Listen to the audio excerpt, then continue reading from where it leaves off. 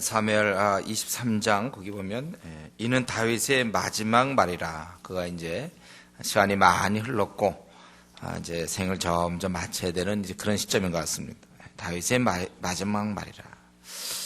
자기가 이세 아들 다윗이 말하며 자기를 높이 드러내지 아니하고 바로 그 이세 목축하는 그의 아들 다윗이 말하며 높이 세워진 자 야곱의 하나님께로부터 기름 받은 자 바로 자기죠. 또 이스라엘의 노래를 잘하는 자가 말하느라. 이런 말을 할 때 마지막 말인데 무슨 말을 할까 우리가 좀 생각해 볼 수 있는데, 근데 그 말할 때 거기 보면 하나님이 나를 통해서 말씀했다. 그의 말씀이 내 혀에 있다. 원래 성경에 우리가 무호성을 생각할 때 하나님께서 인간을 사용하시고 하나님이 이제 이 말씀을 하시는 거거든. 바로 그 구절이죠. 영이 나를 통하여 말씀하시며 그의 말씀이 내 혀에 있도다. 말씀하여 이르기를 이스라엘의 반석이여 반석이 내게 이르시기를 사람을 공의로 다스리는 자 하나님을 경외함으로 다스리는 자요. 네가 공의로 다스리고 하나님을 경외함으로 다스리는 자인데 그는 돋는 아침빛 같고 구름 없는 아침 같고 비 내린 후에 광선으로 땅에 우미 돋는 새풀 같으리라 하시도다. 그러한 자가 통치할 때는 이렇게 된다는 거예요. 내 집이 여호와 앞에 이같지 아니하냐. 하나님이 나와 더불어 영원한 언약을 세우사 만사에 구비하고 견고하게 하셨으니 나의 모든 구원과 나의 모든 소원을 어찌 이루지 아니하시라. 하나님께서 돌보아 주심으로 결국 모든 구원과 소원이 이루어진다는 거예요. 그에 비해서 사악한 자는 내버려질 가시나무 같으니 그래서 그것은 손으로 잡을 수가 없고 그것을 만지는 철과 창자를 가져야 하리니 그것들이 당장에 불살리리로다. 여기 보면 이제 가시나무로 표현되지만 결국 원수들 또 사악한 자들 그런 자들은 이제 심판을 받게 되는 거죠. 당장에 불살리리로다 이렇게 얘기를 했어요. 그러니까 다윗이 다스리는 나라는 견고하고 모든 구원이 이루어지고 또 사악한 자는 멸망을 받게 된다. 이게 이제 다윗의 마지막 말입니다. 우리는 여기서 생각을 해봐야 돼요. 이것이 결국 무엇인가? 여기 가만히 흐름을 보면 이 3절에 보면 이스라엘의 반석이 하나님을 가르치겠죠. 내게 이르시기를 사람을 공의로 다스리는 자 하나님을 경외함으로 다스리는 자요. 그는 돋는 아침빛 같고 사실 이 땅에 자기가 다윗이 자기 얘기를 지금 마지막 말하면서 나는 이제 다 잘되고 악인은 다 쓰러진 것이다. 이렇게 얘기했을 리는 없을 것 같아요. 그것은 이제 결과적으로 이 땅에서 가장 공의를 행하고 하나님을 경외함으로 다스리는 분 바로 메시아에 대한 이야기죠. 메시아.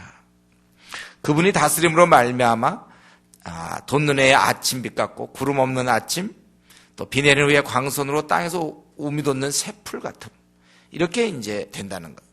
축복이죠.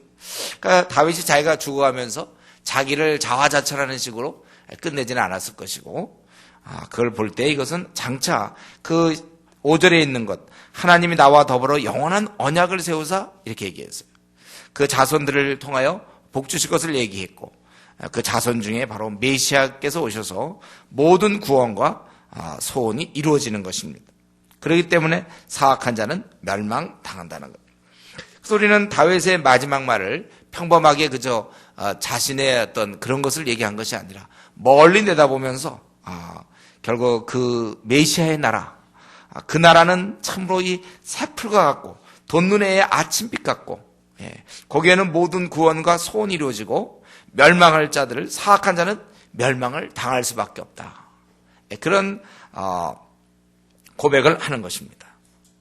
제가 보기에 다윗이 갈수록 많이 이렇게 바뀐 것 같아요. 그래서 영적으로 이런 안목을 갖게 되었고 자신의 후손에 대한 우리 7장에서 했죠. 사무엘 7장 12절부터 16절에 보면 하나님의 약속을 기억하면서 멀리 내다본다는 거예요. 그분을 통해서 완전한 공의가 또 통치가 실행될 것이고 사악한 자는 심판을 받는 것이다. 우리는 이 시간에 이렇게 다윗이 이렇게 말할 수 있는 이러한 영성 사실 이만큼 다윗이 준비된 거예요. 자기가 하나님과의 그런 긴밀한 관계 속에서 멀리 내다보면서 자기의 그런 하나님의 약속, 언약을 기억하면서 바로 장차 나타날 그분을 통하여 모든 구원이 이루어지고 견고해지고 축복 속에서 승리하는 그러한 모습을 그가 마지막 말을 하고 있는 것입니다. 우리는 이제 저와 여러분은 이제 시간이 갈수록 나이를 점점 먹게 되고 또 우리가 점점 이제 신앙생활을 하고 있는데 우리가 신앙이 그저 늘 비슷한 얘기, 늘 안목이나 깨달음이 늘 비슷한 얘기에 머물면 안 돼요. PBS 하다 보면 그냥 늘 똑같은 얘기, 깊이 안 들어가는 얘기. 이제 우리는 이런 단계를 점점 벗어나야 합니다. 우리가 주님과 교제하고 하나님과 대화하면서 우리가 이제는 점점 좀 이렇게 영적으로 깊어져야 돼요. 안목이 생겨야 된다는 거죠. 이렇게 말할 수 있는, 저는 이 끝에 다윗이 이런 말을 했다는 게 참 고마운 거예요. 과연 평생 하나님과 동행하던 그는 끝에 가서 이 메시아, 장차올 그 큰 위대한 나라를 그가 바라보고 있다는 것입니다. 우리는 이런 면에서 좀 신령한 자들이 우리가 돼야 되겠어요.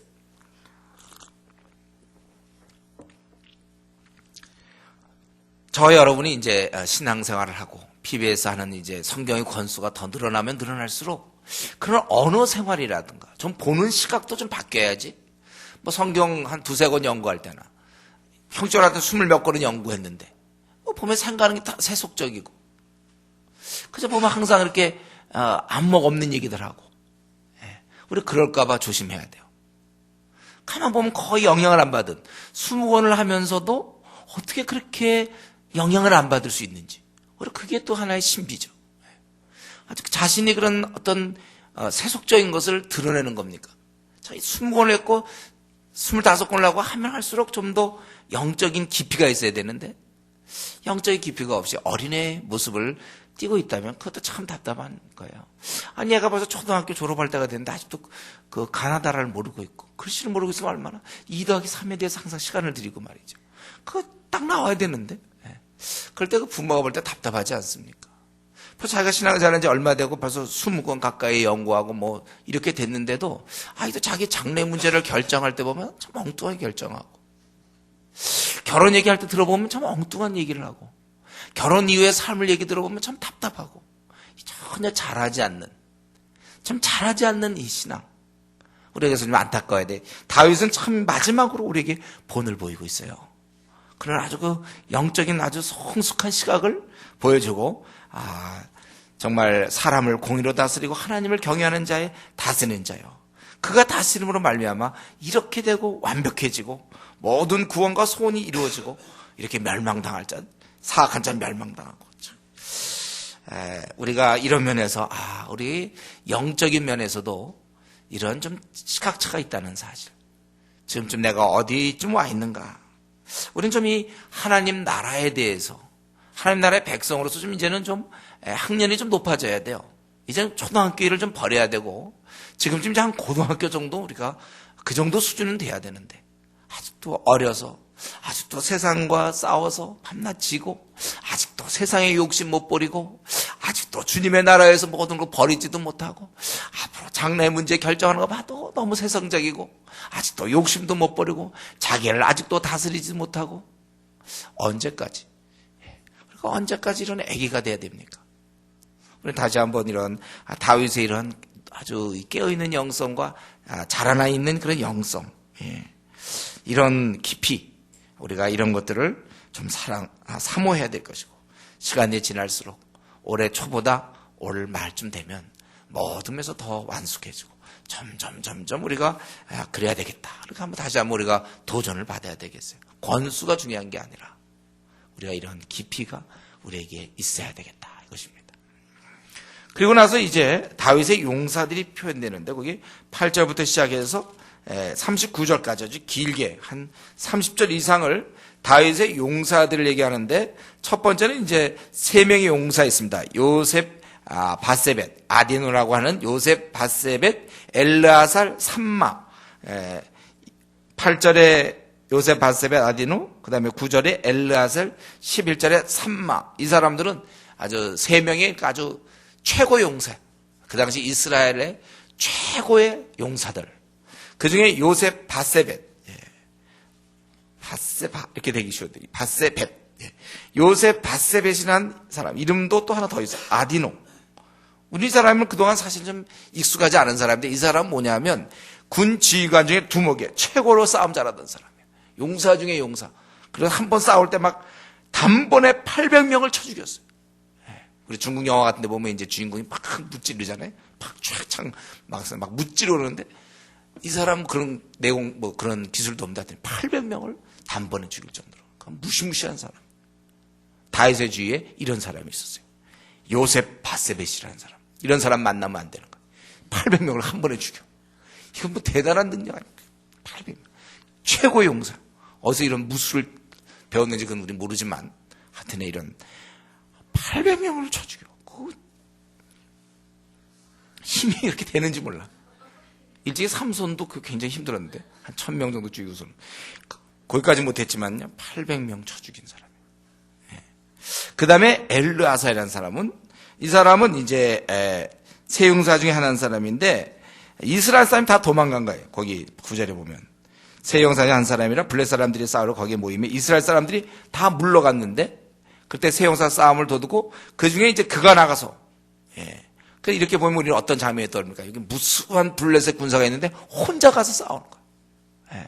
보통 자기 군사들이 도망가면 자기도 따라 도망가는 게 원칙인데 안 빈가. 도망을 안 가고 그들과 그냥 일대 한번 싸우는 거예요. 일대 한번 수백에 대해 수천에 대해서 그냥 싸우는 사람. 얼마 죽였는지 모르지만 하여튼 그 손이 칼에 붓기까지 이게 뭐 이런 걸 우리가 모르긴 하지만요. 아주 그냥 너무 막 오랫동안 하여튼 많이 싸웠다는 것이죠. 그러니까 손이 피곤하여 그의 손이 칼에 붓기까지 블레 사람을 치니라. 그래서 그날의 여호와께서 크게 이기하셨으므로 그래서 나중에 도망갔을 거야 이들은. 블레셋 뭐 이렇게 해도 안 되니까 한 명한테. 그랬더니 이스라엘 백성들이 한 일은 뭡니까? 갔다가 다시 왔죠. 그래서 물건 집어갔다. 그 얘기예요. 이런 사람은 이건 3명의 용사 중에 1명으로 봐야 돼요. 그 다음에 이제 산마라는 사람인데 이 사람도 좀 비슷했습니다. 블레셋 사람들이 사기가 올라 거기 녹두나무가 가득한 한쪽 밭에 모임에 백성들은 블레셋 사람들 앞에서 도망하대. 그는 밭 가운데 서서 막아 블레셋 사람을 친지라. 여호와께서 큰 구원을 이루시니라. 그래서 요셉, 바세벳, 엘르아살, 산마 이들은 아주 3명의 아주 뛰어난 용사들이었습니다. 그리고 또 30두목 중 3사람이 곡식 뺄 때 아둘람굴에 내려가 다윗에게 나갔는데 근데 이 흐름상 보니까 30두목 중 해갖고 그 다음에 18절에 있는 아비세 20절에 분하야 이렇게 얘기가 돼야 되는데 여기 보면 또 30두목 중에 3사람이 곡식 뺄 때 제가 볼 땐 이 앞에 있는 지금 이 요셉, 바세벳, 엘르아살, 산마를 가르치는 것 같아요. 그래서 이들이 한 일은 뭐냐 또 아주 무시무시한데 아주 생각 못한 일을 했는데 그건 뭐냐면 13절부터 17절까지 다윗이 이제 아둘람굴에서 내려가 다윗이 나갔는데 블레셋 사람 한 무리가 르바임 골짜기에 진쳤더라. 그때 다윗은 산성에 있고 그때 블레셋 사람 요새는 베들레헴에 있었다는 거예요. 그런데 이 다윗이 그때 이 전쟁할 생각을 안 하고 그때 무슨 생각이 들었냐면 그 블레셋 사람들이 진쳐 있는 그 베들레헴 자기의 이제 고향이 되겠죠. 그 베들레헴에 그때 마시던 그 생수가 떠오른 거예요. 그거 먹고 싶다는 거예요. 전쟁 중에 그런 얘기를 하면 어떻게 해요? 그래서 이 성문격 우물물을 누가 내게 마시게 할까? 사람이 전쟁도 오래 하다 보면 좀 약간 생각이 좀 어떤 데는 단순해지기도 하고 한쪽에 또 이렇게 하지 못하는 거 있으면 더 원하는 거예요. 더 원해. 이 물을 삼아. 전쟁 중에 지금 이런 물을 삼아하면 어떡합니까? 목이 말르면 그냥 물 마시면 되는데 그때 베들레헴의 그 시원한 그 생수 그게 생각난 거예요. 그것 좀 어떻게 누가 내게 마시게 할까 했는데 이 얘기를 듣고 사람들이 그냥 참 뭐 어쩔 수 없다 이런 게 아니고 세 용사가 이런 얘기를 턱 듣더니 이게 이렇게 된 거죠. 저것들이 베들레헴에 우리 왕이 먹으려고 하는 생수에 저것도 진치고 있어. 그래서 3사람이 진영을 돌파했다는 거예요. 그래서 지나가서 어떻게 했습니까? 정말 베들레헴 성문 곁 우물물을 길어가지고 왔다는 거예요. 그거 어떻게 이런 일이 있는지 모르겠어요. 막 싸우면 그거 어떻게 뚫고 나갔으며 또 가서 물을 길어와. 물을 길었으면 그 다음에는 어떻게 돼요? 다시 와야 되는 거 아니에요? 물을 길어가지고 그러다 잘 놓고 또 싸워갖고 또 뚫고 들어온 거예요. 대단한. 대단한 일이죠. 그랬을 때 이제 다윗이 어땠습니까? 그리고 왔을 때 근데 다윗이 어떻게 했어요? 마시기를 기뻐하지 않냐고. 그때 이제 자기가 깨달은 거죠. 이게 얼마나 무모한 짓인가. 그러면서 내가 17절, 내가 나를 위하여는 다 결단코 이런 일을 하지 아니라 이는 목숨을 거 갔던 사람들의 피다. 그 물을 보면서 결국 저들이 목숨을 드린 거 아니냐. 그래서 여호와께 바쳤다는 거야. 마시기를 즐겨하지 않고. 바로 새 용사가 이런 일을 했다는 것입니다. 우리 여기서 보면 이 다윗이 참 이렇게 아까 같은 영적인 마지막 말이라 여기까지 하고 그냥 죽었으면 좋았을 텐데 그 다음에 또 어떤 이런 일이 있었는지 모르겠어요. 이거 만약에 연대기절이 편집됐다면 그래서 어떻게 해서 이런 물 좀 먹겠다고 이런 얘기를 해가지고 그런데 우리는 여기서 또 한 가지 생각해서 뭡니까? 뒤늦게 자신이 발언했던 게 경솔했다는 걸 깨달은 거예요. 참 이거 다윗도 가만 보면 이렇게 자기가 이렇게 실수한 적이 참 많아요. 말의 실수가 우리도 마찬가지로 크고 작은 그 말의 실수가 참 많아요. 허물과 이런 실수로 얼룩져 있습니다. 다윗은. 그게 또 인간이죠. 그런데 우리가 쭉 지금까지 다윗의 모습을 보면 이 말년에까지 가서 쭉 살펴봐도 하여튼 다윗은 그때마다 항상 자기가 했던 행동을 좀 생각을 해보고 또 깨닫고 그리고 잘못된 것을 고쳐보려는 마음이 들있다는 거예요. 우리는 이면을 배워야 돼요. 다윗이 만약 이런 실수가 하나도 없이 그랬다면 어쩌면 그런 오히려 우리는 따라가기 너무 힘든 사람일지 몰라요. 그런 밧세바의 그런 잘못도 있었고 이런 중간중간 실수가 있었어요. 그런데 그를 우리가 존경하고 훌륭한 인물로 따르는 것은 그는 실수를 물론 안 하면 좋지만 실수를 했을 때 어떻게 되는가요? 그 태도예요. 그는 그것을 인정하고 고치려는 마음을 배우는.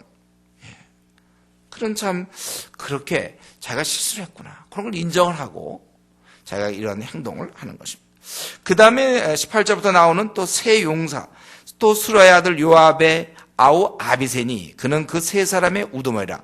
또 세 명의 두목이 있어요. 아까 세 명의 아주 그 장군 같은 사람 말고 또 세 명이 또 나오는데 그 세 사람의 우두머리는 아비세인데 그가 창을 들어 300명을 죽였다는 거예요. 창을 가지고 또 어떻게 해서 또 300명을 죽였는지 몰라.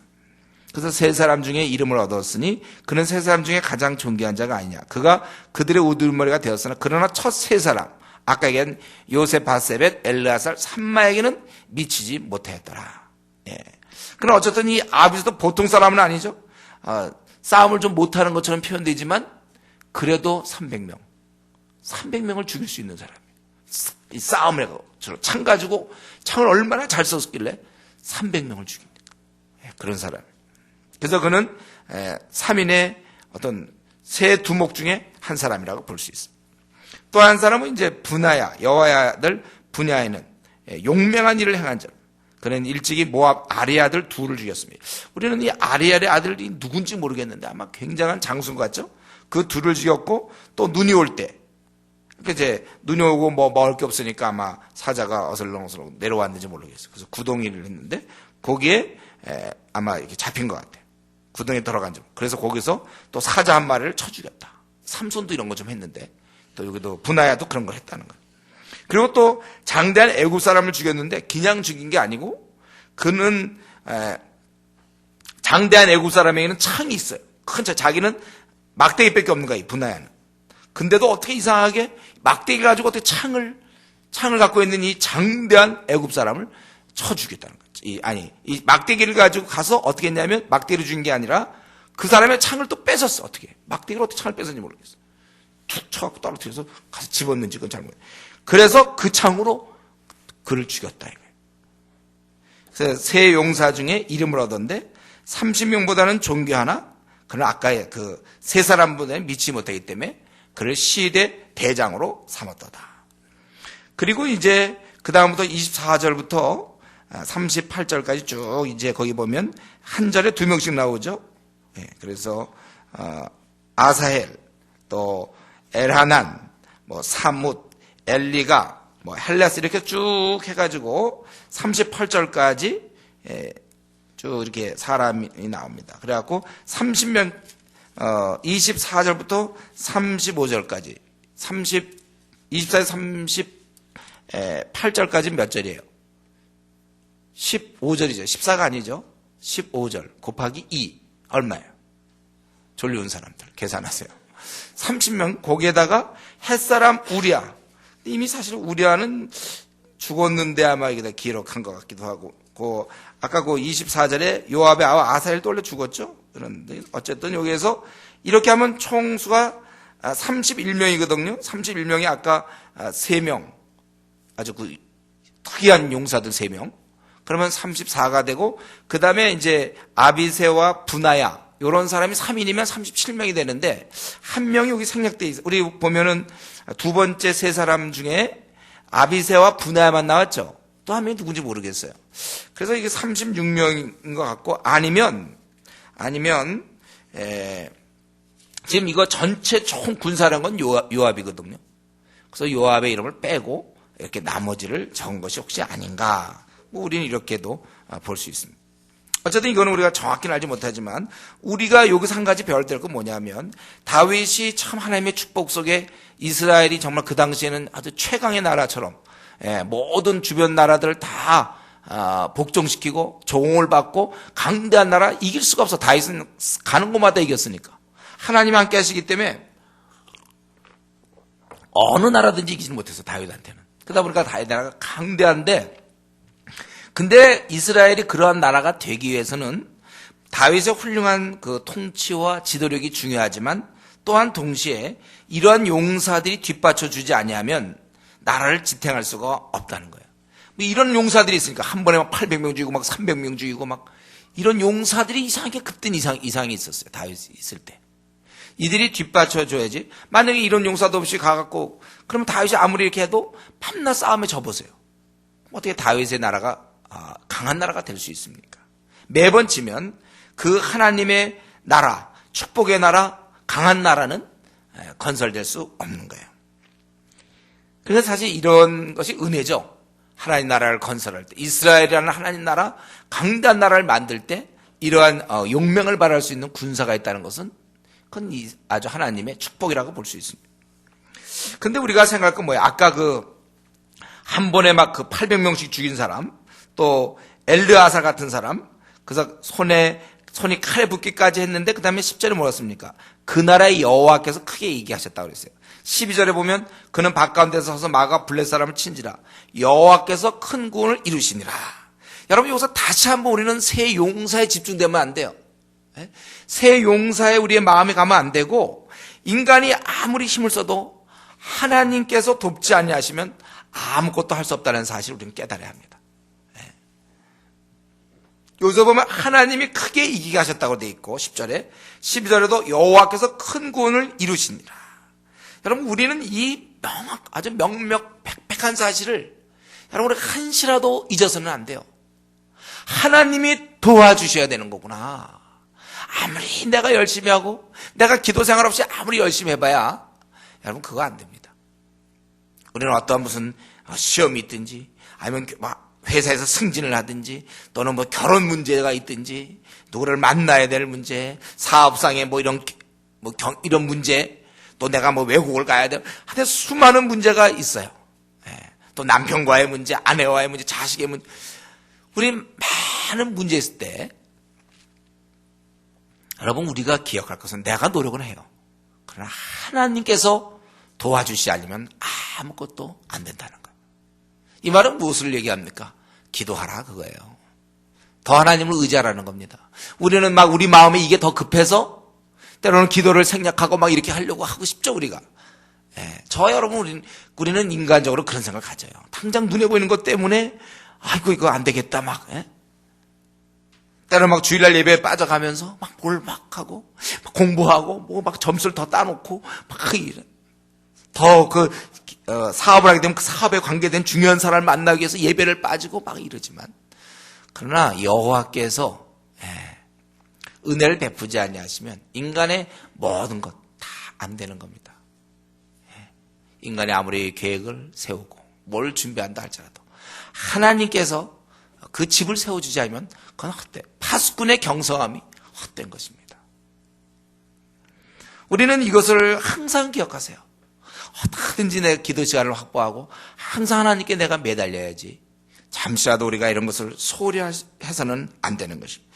여기서도 이들이 이렇게 싸웠지만 하나님이 그렇게 해 주신 것이다. 그거예요. 그리고 우리가 다시 한번 생각할 것은 이 이스라엘 국가, 하나님이 다윗이 정말 하나님을 경외하고 그랬을 때 사람을 붙여주지 않습니까?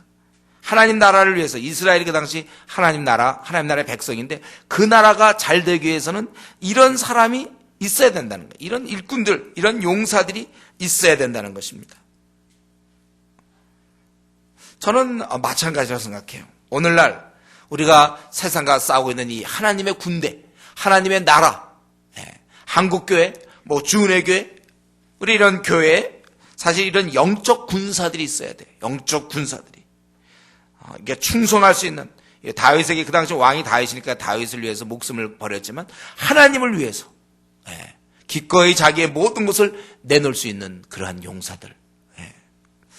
우리 한국 교회를 볼 때요, 우리 한국 교회라고 생각합시다. 이스라엘이 결국 하나님의 나라니까 오늘날 하나님 나라 가견적 형태로 이제 한국 교회라고 생각할 때 정말 나는 과연 내가 생을 마쳤을 때 내 이름도 이렇게 기록될 수 있을까? 그 당시 물론 이제 싸움으로 표현되는 거지만 내가 내가 이러한 영적인 용사로 내 이름이 기록될 수 있을까? 왜 우리의 직분이 무엇이든지 간에 과연 나는 하나님 나라를 위해서 정말 용맹을 바라고 있는가? 하나님께 이렇게 목숨을 내놓을 때까지 정말 나는 충성을 다하고 있는가? 정말 내 자신을 들여다볼 때 정말 나는 충성스럽습니까? 한번 내가 결심했으면 기도하겠다 그러면 빠지는 거 없고, 내가 성경 연구하겠다면 연구하고, 전도하겠다면 전도 나가고, 조금 하면 힘들다, 피곤하다, 이런 게 아니라 죽으면 죽고, 여기 보면 있잖아요. 여기 그 세 사람이 다윗을 위해서 베들레헴 진영 그 적진에 들어가서 물을 가져오는 것처럼, 그 당시에 왕이 다윗이었지만 오늘 우리 주님, 우리의 진정한 주님을 위해서 나는 이렇게 충성과 봉사를 다짐하며 신실한가?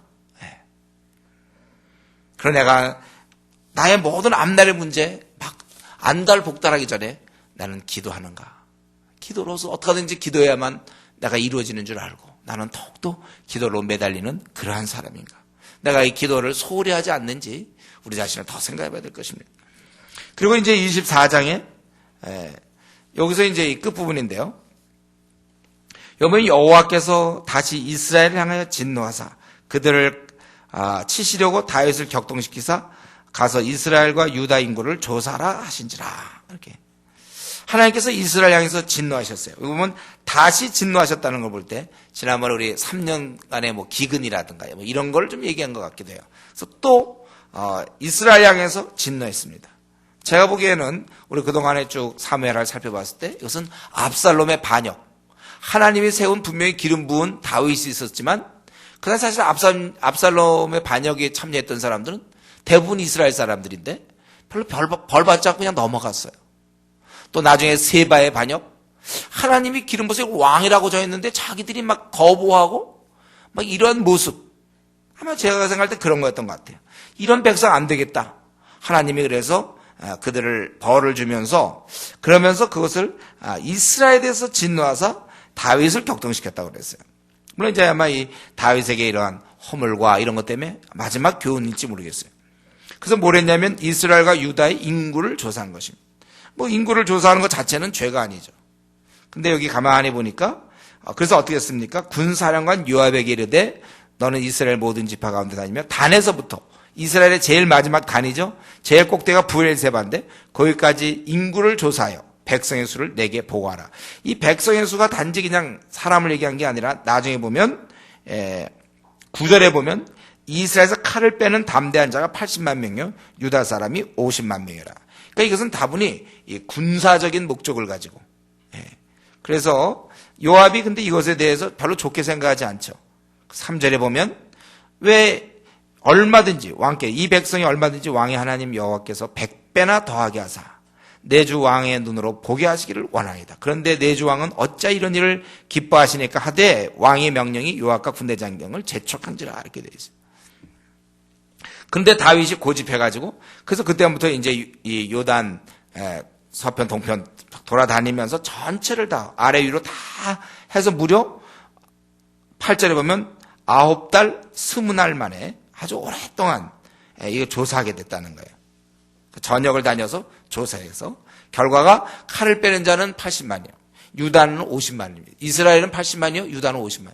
그래서 이거 알아서 뭐 합니까? 다윗이. 우리 군사가 여기 이스라엘 쪽에는 80만이고 유다 쪽에는 50만. 그럼 합해서 130만이네.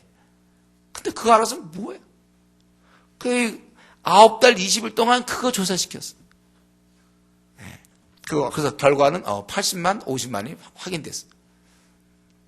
굉장히 어리석어요. 근데 여기 가만히 보니까 요압의 얘기를 통해서 볼 때 이거는 그냥 뭐 잘 정돈하려고 하는 것도 아니고 군사가 얼만큼 있는가 그걸 좀 알아보고 싶은 거예요. 그만큼 이제 좀 하나님보다는 이런 것들을 좀 생각하게 된 것 같아요. 그래서 조사 후에 깨달았어요. 다윗이 10절에 그의 마음에 자책하고 다윗이 여호와께 아뢰되 내가 이 일을 행함으로 큰 죄를 범했다. 여호와여 이제 간구하옵나니 종의 죄를 사하여 주옵소서. 내가 심히 미련하게 행하였다. 깨달았단 말이에요. 자기가 이거 내가 얼마나 미련한 짓을 행했는가. 그랬을 때 이렇게 용서해달라고 구했을 때 하나님께서 이제 여호와의 말씀이 다윗의 선견자 된 선지자 가세에게 임하여 말씀한 것이죠. 그래서 너가 지금 이렇게 잘못한 것에 대해서 이제 세 가지 형벌을 보일 텐데 13절에 보면 7년 기근이겠느냐 아니면 석 달 동안 원수들에게 도망 다닐 것이냐. 이건 아주 다윗이 아주 이건 안 되죠. 딴 건 몰라도 하도 많이 돌아 또 석 달 어딜 도망간.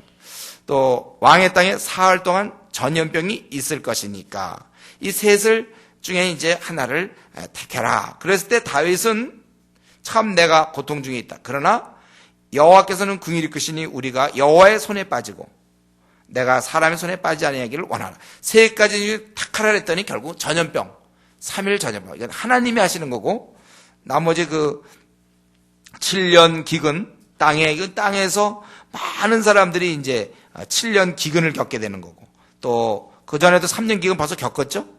그거 정말 거기서 그 사람들의 그런 여러 가지 행태와 그 고난과 막 싸움 막 이런 걸 도저히 못 보고 또 쫓겨다니면서 석 달 동안 쫓겨다닐 때 본인은 살지 모르지만 또 많은 사람이 또 죽어갈 거예요. 그때 아마. 그리고 이제 전염병. 그럴 때 그는 하나님이 그래도 긍휼이 많으시니까 내가 하나님의 손에 빠지겠다. 3일 전염병을 택하게 되는 것입니다. 그래서 우리는 이 사건 이게 사실은 다윗이 지금 뭘 잘못한 겁니까? 이게 하나님을 의지하다가 평소에 사실 늘 하나님을 의지했어요. 근데 어느 순간 사람을 의지하게 된 것이죠. 그리고 좀 약간 이제 잘 되니까 얼마나 군사가 많은가 조금 그걸 좀 신뢰하고 싶은 마음, 좀 우쭐대고 싶은 마음이 있었는지 모르겠어요. 다윗 같은 사람은 일생 하나님의 도우심을 경험하지 않았습니까? 지금 자기는 수많은 죽음에서 하나님의 그런 많은 도우심을 경험하고도 이런 실수를 한단 말이에요. 눈에 보이는 인간의 힘을 의지한다니까요. 자기가 하나님을 은혜로 이렇게 지내서 뭐 돈이 생겼다든가 또 어떤 뭐 직분이 생겼다든가 뭐가 이렇게 지가 생겼다든가 막 이런 거 있으면 하나님이 그걸 언제든지 걷어갈 수도 있고 줄 수도 있는데 그걸 의지할 수 있단 말이에요, 인간. 그래서 만약 돈이 많이 생기고 마음은 슬슬 뭐 이제 예배 안 드리고 빠지고 뭐 자기가 없어도 되니까 하나님 없어도 돈이 많으니까 굉장히 어리석은 일이죠. 여러분 우리가 일생 하나님의 도우심을 경험한 다윗이 이렇게 했다면 우리도 얼마든지 이룰 수 있다는 거예요. 우리는 눈에 보이지 않는 하나님보다는 눈에 보이는 그러니까 돈이 없으면 막 걱정 근심을 하지만 돈이 막 통장에 한 뭐 몇천만 원 있다든가 그러면 뭐 이렇게 걱정 안 해. 몇 억이 있다든가 사실은 그게 통장에 그 돈이 중요한 게 아니거든. 우리는 하나님 앞에 내가 바로 선다면 먹고 사는 거 걱정하지 말라고 그랬잖아. 우리 그런 거 걱정하지 않아요. 우리가 이 눈에 보이지 않는 하나님, 눈에 보이지 않는 하나님의 기도응답보다는 차라리 눈에 보이는 수표를 원한다. 이래서는 안 되는 거죠. 내 짝은 지금 어디 있는지 모르고 나는 항상 이런데 차라리 그냥 눈에 보이는 약간 덜 좀 된 사람이라도 차라리 좋겠다. 이런 생각. 이거 아니에요. 우리는. 하나님을 우리가 눈에 안 보이는 하나님이기 때문에 우리는 이 다윗의 이런 모습을 볼 때 이거 다윗이 범죄했다는 거 보니까 다른 것보다는 그가 하나님을 의지하지 않은 거예요. 그렇기 때문에 우리가 그 성경은 우리가 항상 하나님 말씀을 가까이 할 것을 얘기하지 않습니까? 계속 음성을 들어야 돼. 우리 눈에 안 보이는 하나님이니까. 눈에 안 보이는 하나님이기 때문에 대신 글로 우리는 하나님을 마음을 앓는 거예요. 우리가 글로. 그리고 성경에 뭐라 했습니까? 쉬지 말고 기도하라고 그럴 때는 다 이유가 있는 겁니다. 그래서 기도 생활에 멈춘 사람 소망이 없는 거예요. 그 사람은 이제 자기 힘으로 사는 거거든. 그러면 이제 지금까지 잘 나가서도 앞으로 곤두박질 하는 거예요. 우리는 그래서 쉬지 말고 기도하는 것이고, 앞으로는 뭐 이게 천년만년 하는 건 아니고, 앞으로 여러분, 자기의 남은 생만 그렇게 하시면 돼요. 한 30년에서 50년만 늘 이런 식으로 쉬지 말고 기도, 늘 아침 기도회, 또 우리 수요 기도회, 뭐 금요, 하여튼 쉬지 말고 여러분들이 기도하는, 집에서 기도하는 거. 이것만 잘하면 되는 거예요. 그리고 저는 여기서 이 다윗이 이제 세 가지 중에 뭐 어느 거나 사실 택하기 참 뭐 좋은 것 중에 하나를 잡아야 좋은데 그 안에 나쁜 것 중에 세 가지 중에 하나를 잡아야 되는 이 다윗 참 말년까지 참 고통스러운 것 같아요. 그 중에 하나 잡은 들 뭐 하나 좋겠습니까? 7년 기근 잡겠습니까? 아니면 그치그치그다니 도망 다니는 거. 자기 말만 제가 보기에 이건 만원 죽는 거야 이렇게 되면 이제 막 다 도망가 또 무슨 반란이 일어나든지 뭐 해서 도망 다니고 쫓겨야 되는 3년 3개월 동안 그래야 되고 또 3일간 전염병이라는 게 한 번 이렇게 되는 거 아닙니까? 그런데 이런 형벌 중에 그는 뭘 택했나 제가 가만 보니까 전염병을 택했단 말이에요. 삽시간에 이렇게 되는 건데 그걸 택했어요. 그 택한 이유가 14절에 여호와께서는 긍휼이 크시니 여호와의 손에 빠지겠다. 그는 이 분노 중에라도 자비를 나타낼 것을 기대하고 있는 거예요. 인간은 계속 분노를 품고 원수를 갚으려 하지만 하나님은 원래 잠깐 벌을 주지만 근본적으로 자비하신 분이시거든요. 이 사실을 경험적으로 알았기 때문에 자비하신 분. 그러니까 이걸 세 번째를 택한 거예요. 저는 이 위기의 순간에 그래도 다윗이 결국 현명한 선택한 거 아닙니까? 3일 동안인데 결국은 나중 보면은 중간에 멈추잖아요. 하나님이 이렇게 하셨어요. 아마 그 3달 쫓아다니라면 쫓아다녔을 텐데 3일. 이것이 위기의 순간에 신앙을 발휘하는 거예요. 평소에 그 다윗의 머릿속에 하나님은 인자한 분이었어요. 자비하신 분이시기 때문에 늘 은혜를 베푸시는 분이었어요. 그러니까 그분이 나를 이렇게 하실 때 그분이 자비를 베풀지 않겠는가. 여러분 우리가 이런 짧은 순간에 이런 다윗의 모습 요걸 택했다는 거 자기가 그런 생각을 하고 택했다는 건 요게 참 대단하단 말이에요. 우리는 평소에 얼마나 좀 하나님에 대해서 자비로운 분이시고 긍휼을 베푸는 분이라고 여러분 생각하십니까? 우리는 때때로 우리가 현재 주어진 조건이 막 힘들기 때문에 상황이 힘들기 때문에 자꾸 하나님은 인색한 분으로 알고 있지 않습니까? 생각을 고치셔야 돼 우리가. 내가 지금까지 어려운 가정에서 태어났다. 뭐 부모님 사이가 안 좋아서 뭐 헤어지기도 했다든가 또 나는 제대로 뭐 학벌을 갖추지 못했다든가 외모가 별로 없다든가 또 집도 현재 가난하다든가 또 앞날도 꽉 막힌 것 같다. 자꾸 이런 걸로 혹시 우리가 하나님은 그래서 별로 나에 대해서는 인자하지 않은 것 같다. 혹시 이렇게 생각하는 거 아닙니까? 우리는 내 살아온 이러한 현재 이런 여러 가지 모습 우리 이것만 생각하면 안 돼요. 그러는 중에 베푸셨던 하나님의 은혜를 잘 볼 수 있어야 돼. 내가 지금 현재 이 자리에 앉아 있는 거. 사실 예수님을 만난 거는 이 땅의 모든 것과 비교할 수 없는 거예요. 제가 늘 얘기하죠 이거는. 거의 다 이 땅에서 우리가 얻을 수 있는 건 거의 다 얻은 거라고 그랬어요. 나머지는 사소한 문제라고 그랬습니다. 우리가 좀 가난하면 좀 가난할 수도 있는 거고 또 앞날이 이렇게. 그러나 우리가 생각해보세요. 우리가 가난하더라도 지금 전 세계로 따져보면 10억, 20억 이상이 막 가난한 가운데 지금 궁핍한 가운데 살지 않습니까? 그런 거 생각해도 얼마나 우리는 지금 잘 살고 있는지 몰라요. 또 나에게 이런 건강이 주어진 것만 생각해도 지금 시각장애인이 얼마나 많고 우리나라에 지금 장애우들이 얼마나 많습니까? 그래서 내가 이만큼 한번 따져보면요. 그리고 무엇보다 제일 중요한 건 예수님 믿었는데 영원한 우리는 그걸 얻었는데 뭐 이 땅에서까지 너무 우리가 바라고 그거에 의해서 천국을 다 주셨는데 이 땅에서 그거 좀 안 준다고 하나님의 그런 인자하심에 대해서 우리가 회의를 갖고 우리가 그렇게 살아도 되겠는가. 다시금 우리가 이런 다윗의 이런 모습 긍휼이 크신 분을 이렇게 즉각적으로 반응할 정도로 지금 현재 내가 사는 게 삶이 구차하기 때문에 하나님은 왠지 나는 좀 빼놓고 다른 사람에게 은혜 베푸는 것 같고, 예? 자꾸 이런 생각, 나는 딴 사람 잘 풀리는 나 혼자 좀 뭐가 결혼 문제든지 직장 문제 잘 안 풀리고, 그러면 나는 좀 이렇게 하나님 하면 자꾸 인자한 분이 아니고 좀 엄격하고 가로막는 분으로 혹시 내가 알고 있는 거 아닌가. 우리는 다시금 십자가를 생각해야 돼요. 주님의 은혜 나에게 그동안 베푸신 걸 자꾸 끄집어내 기억하셔야 됩니다. 그래서 내 마음속에는 항상 하나님 하면 자비로운 분, 하나님 나를 굉장히 사랑하는 분, 아주 특별히 나를 사랑하는 분, 어쩌면 지구상에서 가장 나를 사랑할지도 모른다. 그런 생각을 가져야 돼.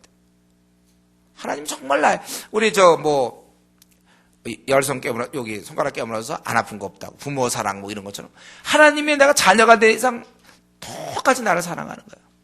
나를 위해서 지금 연단을 주는 거죠. 그러니까 다윗이 그 굴 속에 들어가서 아니 힘들 때 하나님의 그런 힘든 상황 막 그런 것만 생각하면 안 된다. 종합적으로 생각해. 사실 이 징계도요, 어떻게 보면 이렇게 징계도 지금 은혜. 어떤 경우 하나님이 사랑하지 않는 자는요, 내버려 두는 수가 있어요. 그래서 우리 지금 미지근한 성도들, 토하여 내치라는 말이 있잖아요. 왜 근데도 그 사람 토하여 내친 것 같지 않죠? 미지근한 사람. 토하여 내친 거예요, 벌써 하나님이. 교회는 나오지만 그는 계속 미지근한 상태에서 이 젊음을 다 보내고 있잖아요. 아직도 돌아오지 못하고. 그냥 미지근한 상태로. 그러니까 하나님 위해서 지금 그 많은 열매와 자기가 한번 태어나서 해야 될 그 무수한 것들이 여러분 미지근함을 계속 유지한다는 게 이미 토하여진 증거입니다. 그 사람 미지근한 상태에서 돌아오지 않는 거, 그거 토하여진 증거. 토하여 내치라고 했더니 정말 내친 거예요. 그런 자는 하나님 징계도 안 줘요. 저는 정말 그런 생각할 때가 많아요. 정말 이렇게 미지근한 사람, 저 사람 한 번만 하나님이 좀 건드려줬으면, 병에 걸리든지 해서 좀 그렇게 해서라도 좀 한 번, 좀 하나님께 나가야 되는데, 병에도 안 걸려.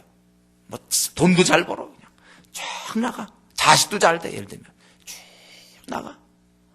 그러나서 나중에 이제 본인이 60이나 70이요. 어떤 불치병 걸리면 그때 주님 찾으면 제가 보기에 물론 남은 생 의미는 좀 있지만 그 생을 완전히 허비한 거예요. 그게 벌이에요. 그러니까 미지근한 신자가 계속 미지근을 유지할 수 있는 건 벌이고, 내가 혹시 미지근하고 하나님 깊은 나락에 떨어졌을 때 차라리 징계를 주시든지 어려움을 주셔서 나에게 돌아오게 한다면 그건 사랑이죠. 여기 보면 다윗이 잘못했을 때 그냥 내버려 두었으면 다윗에게는 그 깊은 깨달음이 없고 경배가 없고 온전해지지 못했을 텐데 이러한 형벌을 주신다는 건 오히려 사랑입니다. 어쨌든 다윗은 평소에 하나님 하면 목자, 자비하신 분. 그러니까 이 세 가지 택할 때도 하나님 손에 들어가는 게 좋다. 사실 3일 전염 빼면 어마어마한 건데도 그게 하나님이 자비하시니까. 그랬더니 그가 그렇게 믿었는데 어땠습니까? 15절에 이에 여호와가 그 아침부터 정하신 때까지 전염병을 이스라엘에게 내리시니, 원래 3일 정했으니까 3일인 것 같은데 그게 아니라 천사가 예루살렘을 향하여 그의 손을 들어 멸하려 하더니 여호와께서 이 재앙 내리심을 뉘우치사 백성을 멸하는 천사에게 이르시되 족하다, 이제는 내 손을 거두라. 이 흐름으로 볼 때 이게 3일 꽉 채운 것 같지 않죠? 다 해놓고서 그 다음에 그러면 이제 멈춰라, 그게 아니잖아요. 하는 중에 지금 제가 보기에는 그날 멈춘 것 같아요. 아침부터 정하신 때까지가 그날인 것 같아요. 그래서 백성의 죽은 자가 7만 명. 물론 적은 수는 아니죠. 그러나 이스라엘이 했던 그동안의 그런 모습 전체적으로 놓고 생각할 때 그것은 하나님의 용서가 여기 있는 것이죠. 그래서 이제는 내 손을 거두라 하시니 여호와의 사자가 여부 사람 아리우나, 또 우리 역대에 보면은 오르난이라고 되어 있죠. 오르난의 타작마다 곁에 있는지라. 이제 멈추고 있는 거예요. 멈추고. 그래서 다윗이 백성을 치는 천사를 보고 곧 여호와께 아뢰어 이르되 나는 범죄하고 악을 행하였거든요. 이 약물은 무엇을 행하였나이까? 청하건대 주의 손으로 나와 내 아버지의 집을 치소서하니라. 다윗은 자기가 이 책임을 지려는 그런 마음을 갖고 있어요. 그러고 나서 가시 얘기하기를 네가 아리우나의 그 오르난의 타작마당에서 여호와를 위하여 제단을 쌓으소서. 그랬더니 다윗이 그 명령하신 바 갓의 말대로 올라가니라. 그럴 때 그 소유준 아리우나가 바라보다가 왕이 오는 걸 보고 왜 어떻게 오셨습니까? 21절에 그러니까 네게서 타작마당을 사서 여호와께 제단을 쌓아 백성이 내리는 재앙을 그치게 하려 함이라. 그래서 아리우나가 어땠습니까? 이게 다 왕께 좋게 인들을 취해라. 번제에 대해서는 할 소가 있고 뗄나무에 대해서는 마당질하는 도구와 소의 멍에, 소 2마리가 이렇게 갔을 때 이제 끼는 그 명예죠. 멍에가 이렇게 이제 그런 나무들 다 써도 괜찮다는 거예요.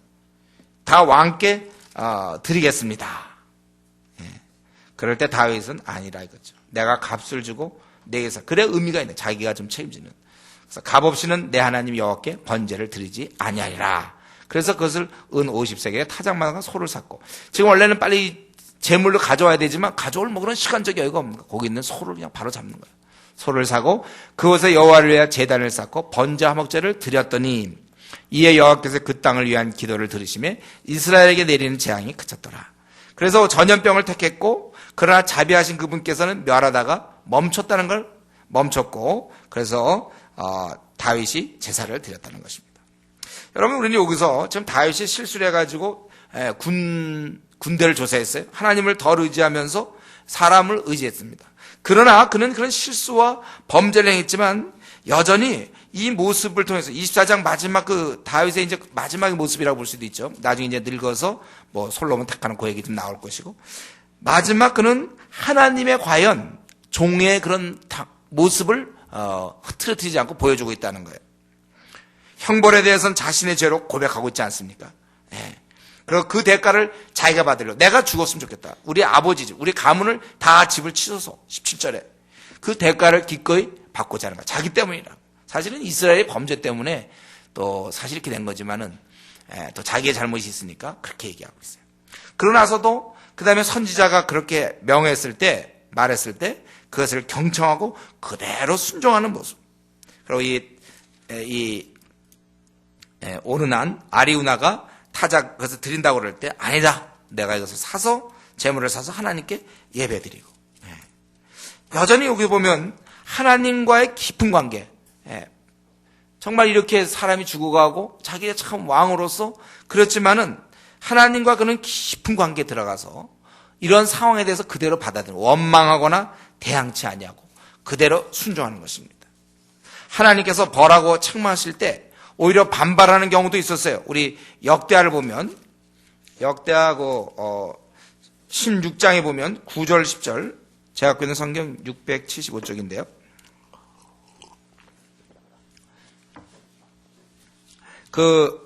이 아사 왕이 굉장히 훌륭한 왕인데, 그만 그 아람 왕 이스라엘이 쳐들어오는 걸 보고 유대왕 아사는 아람 사람에게 가서 왕에게 도움을 요청했어요. 그거에 대해서 선지자가 좀 책망하는 거예요. 그래서 9절에 보면 이 일은 왕이 망령땡하였은즉 이후부터는 왕에게 전쟁이 있으리라. 이렇게 책망을 했더니 10절에 원래 아사는 참 좋은 왕이었는데 아사가 노하여 선견자를 옥에 가두었다 그랬어요. 자기의 잘못에 대해서 책망했을 때, 그리고 이는 그 말에 크게 노하였다는 거예요. 하나님이 주신 말씀이지만 자기는 아주 노했다는 거죠. 다윗도 그럴 수 있어요, 사실은요.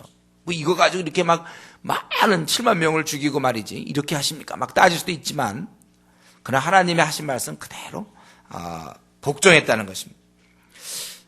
예. 잘못을 지적받았을 때 이 다윗의 태도, 그걸 그대로 순종하고 자기 잘못을 그대로 인정하고 그대로 복종하는 이런 모습을 우리는 보면서 우리는 정말 배울 것이 많아요. 우리는 보통 잘못을 지적받았을 때 기분이 안 좋아요. 예. 그럴 때 보통 이제 안 좋으면 자기 뭐 잘했냐? 이제 이렇게 나가는 거죠. 내가 뭘 그렇게 못했길래 이런 식으로 뭘 그렇게 못해 이제 자기에 대해서 변화하기 시작하죠. 그러고서는 상대방에 대해서 삐치거나 말을 안 하거나 속으로 미워하거나 내 잘못을 지적한 사람에 대해서 미워하거나 삐치거나 이제 그런 게 돼요. 우리가 보통 그렇게 돼요. 우리는 다윗에게 이런 점을 배워야 돼요. 자기가 잘못한 것에 대해서는 왈가왈부하지 않는 거예요. 자기가 잘못한 것에 대해서는 토를 달지 않습니다. 자기가 일단 고치는 거예요. 왜? 자기가 잘했으면 애당초 그런 문제도 생겨나지 않았을 거 아닙니까? 보통 우리가 나도 잘못했지만 넌 잘했냐? 이런 식이면 곤란하는 거예요. 그리스도인들은 좀 이제는 예수님 믿기 전에는 이제 이런 식으로 나가야죠. 잘못했다면 그 누가 인정합니까? 그럼 큰일 나죠. 잘못해서 넌 잘했냐고 이제 따져야 되지만, 이제는 십자가에 우리 자신을 못 박은 사람으로서, 자기가 없어진 사람으로서, 누가 자기의 잘못을 지적하면 뭐 넌 잘했냐? 뭐 이래. 아니면 속으로 삐치거나 말 안 하거나 이제 이런 애기 반응은 좀 곤란해요. 예. 저도 지금까지 이제 그렇게 살아보려고 많이 노력해요. 저도 똑같이 누가 뭐 했을 때 이렇게 넌 잘했냐 이렇게 하고 싶을 때가 참 많아. 그러나 저 역시도 이렇게 살아보려고 노력합니다. 일단 내가 잘못한 거.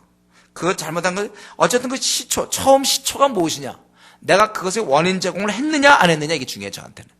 제가 했다면 그렇다면 그것을 내가 그대로 좀 받아들이려고 노력하는 중입니다. 예. 여러분도 좀 그렇게 하세요. 저도 그렇게 하니까. 예. 아무도 우리 인간은 참 이게 잘 안 받아들여져요. 그럼 내가 뭘 잘못했으면 누가 지적하면 잘못했느냐 안 했냐 그만 따지세요. 그래서 잘못했으면 그것부터 고치세요. 예, 잘못했으면. 상대방 잘못은 따로. 예, 나중에 상대방이 정말 잘못한 일이 드러났을 때 나는 네 잘못을 얘기 안 했는데 왜 넌 나의 잘못을 이러지 말고 일단 내 잘못이 지금 드러났잖아요. 그럼 그걸 고치시란 말이에요. 그때 그럼 나는 네 잘못 이게 있었는데 얘기를 안 했고 이러지 말고 그건 나중에 그 사람 잘못이 드러났을 때 그때 얘기하세요. 물론 그것만 기다리면 안 되겠지만 상대방 잘못은 따로 나중에 그 일이 생겼을 때 자기는 잘못 안 했을 때 그때 얘기하란 말이에요. 지금 그 사람이 나를 어쨌든 좋은 마음이든 나쁜 마음을 지적을 해줬잖아요. 그러면 그걸 들으면 되는데 자존심이 있어서 살아있어서 자기가 잘못한 것에 대해서 지적받기를 아주 싫어해. 그래서 고치보다는 마음의 분노를 갖는 거예요.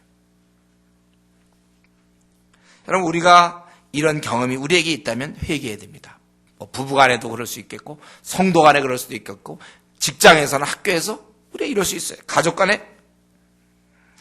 여러분 우리가 내가 잘못한 것에 대해서는 일단 용서를 구하세요. 왜 버팅깁니까? 왜 우리가 버팅기죠? 다 자존심 살아있으니까. 그러니까 저는 이걸 했으면 좋겠어요. 원인 제공을 누가 했느냐 이게 중요해요. 그런데 그런 데 대해서 너무 심하게 하는 게 아니냐 이게 중요한 게 아니고 원인 제공을 누가 했는가 요것만 잘 따지고 그래서 받아들이기 싫어도 그 사람의 이런 거 기분 나빠도 일단 내가 잘못한 거 받아들이는 그런 연습을 할 필요가 있어요.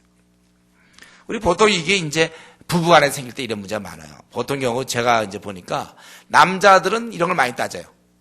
누가 잘했냐 못했냐. 근데 자매들은 그런 게 중요한 게 아니에요. 그때 태도가 어땠느냐. 남편의 태도가 어땠느냐. 이거 항상 이거죠. 그러나 저는요, 이런 문제에 있어서, 그러니까 이 남편 되는 아내의 그런 걸 잘 배려해야 돼요. 이 아내 되는 사람들은 이런 걸 주로 이렇게 잘했냐 잘못했냐 논리적으로 따지는 건 별로 원치 않는구나. 하여튼 이런 감정. 그러니까 이걸 잘해야 되는 거고. 또 아내 된 입장에서는 이 원인 제공을 누가 했는가 이게 잘 따지는 게 중요해요. 그래서 물론 부부간에 그렇고 일반적으로 제가 얘기한다면 교회에서든지 직장에서든지 중요한 건 내가 어떤 원인 제공을 했느냐 안 했느냐.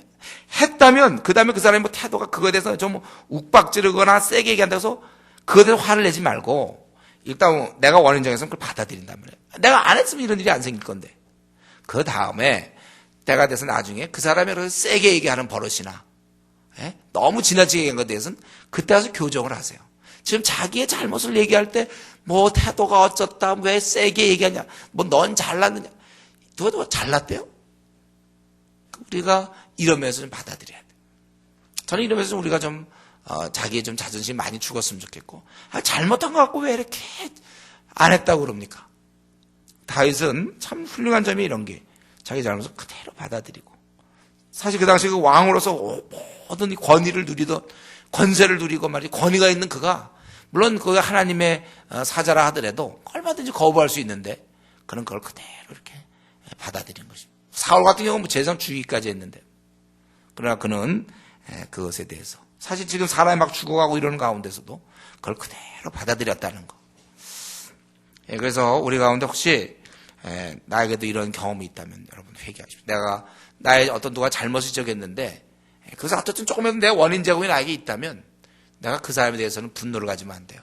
후에 그 사람이 이렇게 너무 세게 얘기한 거나 혹은 그런 태도에 대해서 그때 가서 우리가 지적하세요. 일단 받아들이고 그때 그 지적한 거 갖고 싸우면 그게 되겠느냐 이거예요. 그리고 우리가 마지막으로 하나만 더 살펴보고 이제 말씀 마치겠는데, 여기 보면 이제 하나님께서는 여전히 그 이스라엘의 죄인들, 원래는 다 사실 멸망식 3일 동안 전에 빼면 어마어마한 숫자가 죽어가야 되지만은 여기서 그 멈추시는 모습, 형벌 중에도 자비를 나타내는 모습을 우리한테 보여주고 있습니다. 하나님 우리가 잘못했어도 또 징계 중이라도 자비를 베푸시는 분이라는 거예요. 원래 우리는 참 잘못이 많아요. 이렇게 어린애 같은지 모르겠어요. 우리는 지난날 돌아보면 왜 내가 그렇게 행동했는지 모르겠어요. 그러나 하나님께서는 우리의 이런 징계 중이라도 자비를 베푸시는 분, 원래 하나님은 긍휼과 자비가 많으신 분이십니다. 그러므로 우리는 하나님을 더욱 의지해야 돼요. 이렇게 용서해 주신 이 사건을 기념해서 결국은 요 타작마당, 여기에 성전이 이제 세워지는 거예요. 나중에 성전이 세워지죠. 그래서 역대하 3장 1절에 보면 모리아 산에서 여호와의 전 건축하기를 시작하니 그것은 전에 여호와께서 그의 아버지 다윗에게 나타내신 곳이요 여부 사람 오르난의 타작마당에 다윗이 정한 곳이라. 역대상 22장 1절에 보면 다윗이 이르되 이는 여호와 하나님의 성전이요 이는 이스라엘의 번제단이라. 그 타작마당을 가르쳐서 그때 정한 거예요. 바로 이 하나님의 용서가 드러난 곳, 바로 이 타작마당, 이 아리우나의 타작마당에 결국 성전이 세워지는 것입니다. 하나님께서 우리의 모습을 살펴볼 때, 저와 여러분 모습을 살펴볼 때 하나님은 정말 징계할 수밖에 없어요. 그런데 그분께서 용서해 주신다는 거예요. 이것을 시청각적으로 표현한 것이 바로 성전입니다. 성전. 그분께서는 우리의 허물과 죄를 용서하신다. 그거예요. 그래서 우리 자신을 들여다볼 때는 우리 얼마나 참 마음적으로도 많은 범죄가 있고 누구를 미워하고 무시하고 평가하고 따지고 또 우리는 얼마나 말에 실수가 많고 허물이 많습니까? 허물투성입니까? 그러나 주님께서는 우리를 용서하시고 우리와 교제를 번제를 드리지 않으세요? 번제 화목제 교제 나누시기를 기뻐한다는 사실을 알아야 돼요. 만약에 이렇지 않다면 우리는 더 이상 나갈 수가 없어요. 우리는 자주 넘어지고 우리는 기도 시간 빼먹기도 잘하고 콰이트함도 잘 빼먹고 전도도 빼먹고 또 우리 자신은 범죄하고 말에 실수가 많고 하나님을 향한 열정도 부족하고 참 우리 돌아보면 우리는 참 잘난 척하고 교만할 때 있고 참으로 이렇게 나태하고 게으르고 우리 자신을 생각하면은 정말 우리가 하나님께 더 이상 나아갈 수가 없어요. 그러나 우리가 그럴 때마다 항상 내가 이러한 나 자신을 가지고 하나님께 나아갈 때마다 그분께서 용서하신다는 거예요. 그래서 우리는 그분께 나아가야 돼요. 내가 나아갈 때마다 하나님은 나를 언제든지 만나주신다는 거예요. 그게 바로 성전 아닙니까? 우리가 죄를 가지고 그 성전에 나가서 용서를 구하는 거예요. 하나님의 내가 그분을 나아갈 때마다 그건 뭐냐면 하나님은 자비하신 분이라는 고백이에요. 나 같은 자가 나간다는 거는. 그리고 내가 하나님의 사랑의 대상이 되었음을 공포하는 거예요. 사람들 앞에. 내가 이 자리 예배 자리에 온 것은 뭡니까? 하나님이 사랑이라는 사실을 내가 인정하는 거예요. 또 하나님의 내가 사랑의 대상이라는 사실을 인정하는 겁니다. 또 나에게는 언제나 하나님의 긍휼과 용서가 필요하다는 고백이에요. 우리가 지금까지 어떻게 길게 살아오지도 않았고 나름대로 어떻게 살아왔는지 모르겠지만 참 돌이켜보면 생각이 너무 짧아요. 우리는 영적으로 이렇게 어린아이 같은지 몰라요. 참 우리는 생각하는 거 마음 씀씀이나 말이나 행동에 보면 항상 먼저 그의 나라와 그의 의를 구하지 않아요. 내 나라와 나의 것을 먼저 구하지. 우리는 참 실수가 많습니다. 그럴 때 우리 자신을 들여다보면 우리는 보면 볼수록 낙심할 수밖에 없어요. 하나님을 향한 아무런 열정도 없고 형식적으로 뭐 한다고 그러지만 중심은 하나님에 대한 생각이 없고 엉뚱한 데 생각이 있고 마음적으로 우리는 얼마나 많은 실패를 하며 자주 넘어지는지 모르겠어요. 그러나 우리 자신을 볼 때 심히 낙심되지만 그럴수록 우리는 더욱더 하나님께 나아가야 되는 것입니다. 용서를 받아야 돼요. 그래서 저는 이 사무엘아 이 마지막 이 다윗의 생애를 맺으면서 물론 조금 더 살아서 이제 그건 있지만 사실 이제 끝을 사무엘하 마지막 24장 25절을 어떻게 보면 이게 지금 마지막 결론부분이라도 볼 수 있는데 이 다윗의 생애를 마치면서 한마디로 그는 뭐냐 용서받았던 인생이다 그거예요. 하나님의 긍휼을 받았던 인생이라 이거죠. 하나님께서 그를 언제든지 용납해 준다. 죄를 우리가 지을 수밖에 없지만, 실수할 수밖에 없지만 하나님 우리를 불러주신다. 이제 다윗의 삶을 전체를 요약하면 그겁니다. 다윗은 다윗 같은 사람, 우리가 처음에 막 골리앗 앞에 나갈 때 멋있고 그랬지만 사는 동안 허물이 많았습니다. 그러나 그는 그런 허물 중에라도 주를 바라봤다는 거예요. 긍휼이 풍성하신 그분을 바라보고 결국 거기에 성전이 세워지고 그것을 오고 오는 세대에 교육하는 겁니다. 바로 여기 멈추셨던 그 하나님, 그리고 다시 용서하시던 그 하나님, 그것을 기억하라. 우리 다윗은 참 많은 실패를 했고 또 많은 실수를 했고 허물이 있었지만은, 그러나 하나님의 용서를 받았기 때문에, 그리고 그러한 용서를 사모했기 때문에 죄를 질 때마다 그것을 회개하고 인정하고 하나님께 계속 부단히 쉬지 않고 나았기 때문에 그런 위대한 인물이 되었던 거예요. 실수가 없어서가 아니라 실수는 많았고 허물은 많았고 말에 실수가 많고 지나고 나면 내가 왜 그랬을까, 참 나의 그런 부족한 면이 많았지만 그러나 하나님께 용서받았던 인물이라는 것입니다. 이 성전이 있는 한, 오늘날 우리의 그리스도가 계시는 한 우리는 마찬가지예요. 허물 많은 우리들, 우리 사무엘을 우리가 마치면서 다윗을 통해서 깨달은 것은 허물이 많고 실수가 많고 하나님 앞에 정말 부족함이 많은 우리들이지만 그것을 내가 인정하고 하나님 앞에 내가 나아갈 때 그분께서 우리를 용서하시고 우리를 받아주신다. 언제든지 받아주신다. 그렇기 때문에 내가 참 지친 다리를, 나의 이런 지친 몸을 이끌고 다시금 하나님께 나아가야 됩니다. 용서를 구해야 되는 거예요. 하나님께 매달려야 되는 것입니다. 그럴 때 다윗의 삶이 빛난 것처럼 우리의 삶도 비록 그런 삶의 연속이지만 결과적으로 우리 삶을 보았을 때 그것은 성공한 삶이요, 빛나는 삶이요, 승리하는 삶인 것입니다. 바라기는 우리 나를 사랑하신 그분께 나의 많은 허물이 있고 내가 지난날 잘못 살았지만 이제 용서를 구하고 또 새로운 힘을 얻고 하나님께 매어 달리는 그러한 우리 성도 되기를 바랍니다. 같이 한번 기도하겠습니다. 다윗은 참 실수를 많이 한 사람이고 또 허물이 많았지만 하나님께 끝까지 나가고 매달렸던 사람입니다. 우리 자신을 한번 들여다보면서 이 시간 같이 기도합시다.